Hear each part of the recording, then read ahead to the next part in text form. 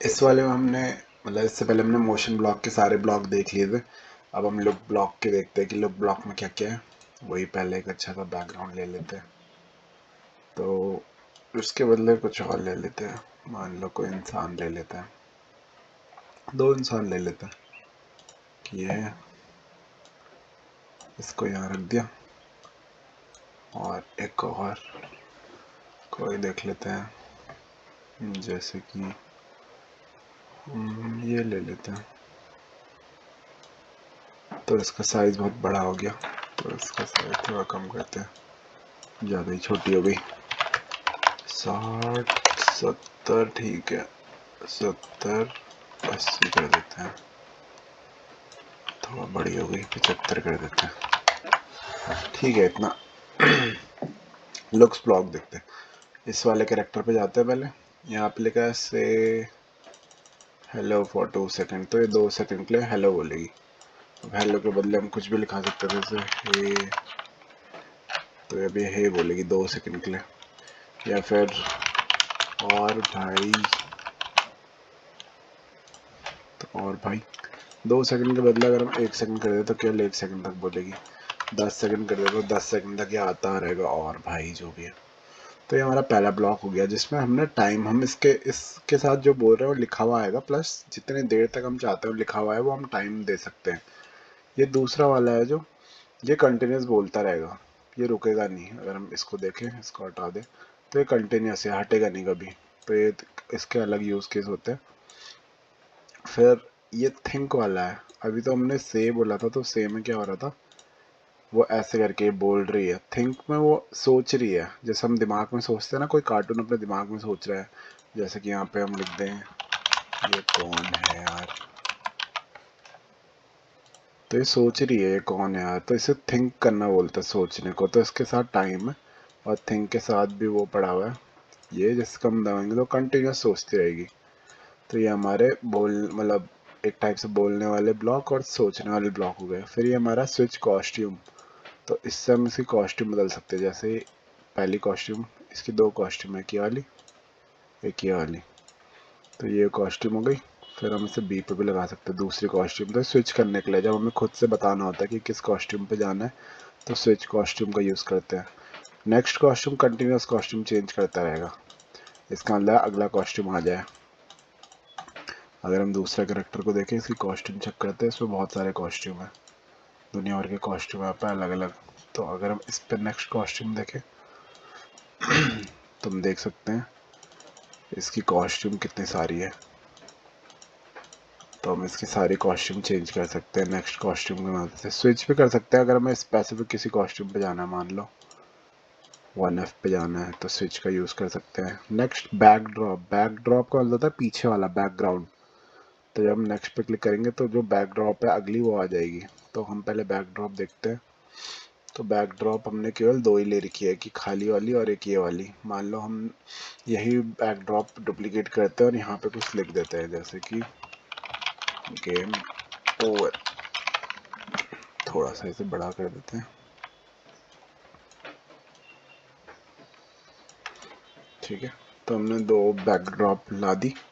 अब हम कुछ ऐसा कोड कर सकते हैं कि मान लो जब प्लेयर हार जाए तो हम बैकग्राउंड को गेम ओवर ला देंगे, ऐसे करके नेक्स्ट बैकड्रॉप ला देंगे, या फिर सेट बैकड्रॉप टू 2 वाला। तो इससे क्या होगा, जैसे प्लेयर जो है, मान लो हम प्लेयर स्टार्टिंग में क्या कर रहे हैं, गेम की स्टार्टिंग में पहला वाला बैकग्राउंड ला रहे हैं, जैसे प्लेयर हारा वैसे हमने दूसरा वाला ला दिया कि गेम ओवर हो गया। तो ऐसे करके हम बैकड्रॉप चेंज कर सकते हैं। कलर इफेक्ट, ये हमारा कलर चेंज करेगा। जैसे अभी हम बैकड्रॉप पे हैं, तो इसलिए बैकड्रॉप के कलर चेंज हो रहे हैं। ये इसका कलर हम 25 से चेंज कर रहे हैं उसका कलर। और ऐसे इसमें और ऑप्शन, अगर हम कैरेक्टर पे जाएं तो हम कैरेक्टर के भी कलर जो है उसको चेंज कर सकते हैं। तो कैरेक्टर के कलर चेंज हो रहे हैं। अब केवल कलर ही नहीं, हम और भी चीज़ चेंज कर सकते हैं। पहले तो मैं वापस पुरानी वाली बैकड्रॉप लाता हूँ। तो मान लो अब ये जो कलर है मुझे उसको वापस क्लियर करना है, तो ये क्लियर ऑप्शन है, इससे सारे इफेक्ट जो है क्लियर हो जाएंगे। इस पे भी मुझे क्लियर करना है, इस कैरेक्टर पे क्लियर ग्राफिक्स, ये वापस ओरिजिनल आ गई।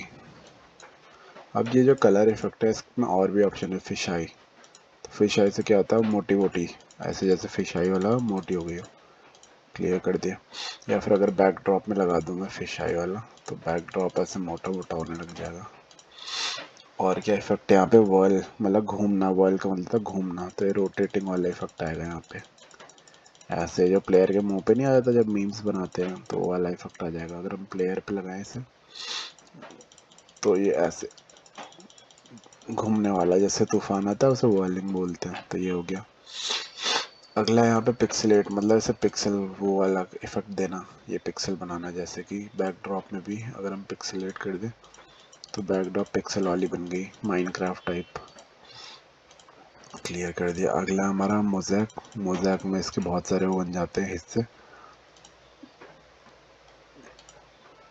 जैसे बैकड्रॉप पे गए, इसको मोज़ैक कर दिया तो इसके बहुत सारे हिस्से बन गए। अगर हमें ये बनाना है तो हम इस मोज़ैक का यूज़ कर सकते हैं। ब्राइटनेस पहले क्लियर कर दो, ब्राइटनेस से ब्राइटनेस बढ़ेगी उसकी, जैसे इसकी ब्राइटनेस बढ़ानी है अगर, तो ब्राइटनेस बढ़ सकती है। मान लो हमें कुछ ऐसा दिखाना है कि प्लेयर मार गया, तो हम ये यूज़ कर सकते हैं। फिर हमारे गोश्ट मोड है, गोश्ट मोड से धुंधला धुंधला होता रहता है, तो हम गोश्ट इफेक्ट भी डाल सकते हैं कि ये धुंधला हो रहा है, तो इसका हम यूज़ कर सकते हैं अलग अलग ढंग से। वो हमारे ऊपर हम कैसे यूज़ कर रहे हैं इन चीज़ों को।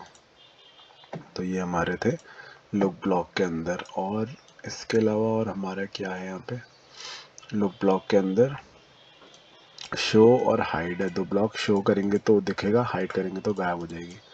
शो से वापस आ जाएगी, हाइड से गायब हो जाएगी। ये भी हमें बहुत बार दिखाना पड़ता है, प्लेयर को गायब करना पड़ता है। ये फ्रंट लेयर वाला है, तो इससे क्या होता है कि वो फ्रंट पे आ जाता है।